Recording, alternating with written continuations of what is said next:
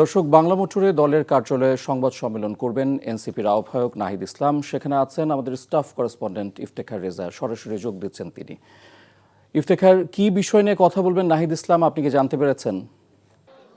ধন্যবাদ। আমরা জানতে পেরেছি যে এই মুহূর্তে বেলা 12টা থেকে সংবাদ সম্মেলন শুরু হবার কথা থাকলেও কিছুক্ষণ পর হয়তো শুরু হবে সংবাদ সম্মেলন। তবে আমরা যেটি জানতে পেরেছি যে তারা মূলত দেশের চলমান যে রাজনৈতিক পরিস্থিতি এই বিষয়টি নিয়েই গণমাধ্যমের সাথে তারা কথা বলবেন এবং তারা জানাতে চান দেশবাসীর উদ্দেশ্যে এবং যে রাজনৈতিক দল যারা রয়েছে বাংলাদেশের সেই রাজনৈতিক দলের উদ্দেশ্যে এবং রাজনৈতিক অংশীজন যারা রয়েছেন তাদের উদ্দেশ্যে মূলত যে জুলাই আন্দোলনের যে ঐক্য ছিল বা যারা জুলাই আন্দোলনের পক্ষের যে শক্তিগুলো ছিল সেই শক্তিগুলোর উদ্দেশ্যে আগামীতে ঐক্যবদ্ধ থাকার একটি আহ্বান জানাবেন এবং তারা জানানোর চেষ্টা করবেন বা তারা যেটা জানাবেন যে এই ঐক্য ভেঙে গেলে পরবর্তীতে রাজনৈতিকভাবে বাংলাদেশের যে রাজনৈতিক ভবিষ্যৎ সেই ভবিষ্যৎ ক্ষতিগ্রস্ত হতে পারে বা বিভিন্ন সময় বিভিন্নভাবে যে জুলাই এবং আগস্টের আন্দোলনের যে পতিত যে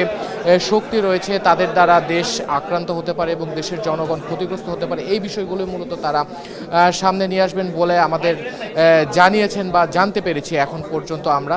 এবং এর সাথে আমি জানিয়ে রাখতে চাই যে এনসিপি মূলত আগামীর যে ঐক্য ধরে রাখার যে বিষয়টি সেই বিষয়টিতেই মূলত এই মুহূর্তে লক্ষ্য দিতে চায় বা দৃষ্টি দিতে চায় এবং যে কোনো মূল্যে এনসিপি রাজনৈতিক অংশীজন এবং রাজনৈতিক যে শক্তিগুলো বা দলগুলো রয়েছে সেই দলগুলোর সাথে ঐক্যবদ্ধ থেকে আগামীর রাজনৈতিক দেশের আগামীর রাজনৈতিক ভবিষ্যৎ এগিয়ে নিয়ে যেতে চায় বলে আমরা এখন পর্যন্ত জানতে পেরেছি। তো এই ছিল এনসিপি কার্যালয় থেকে সর্বশেষ তথ্য।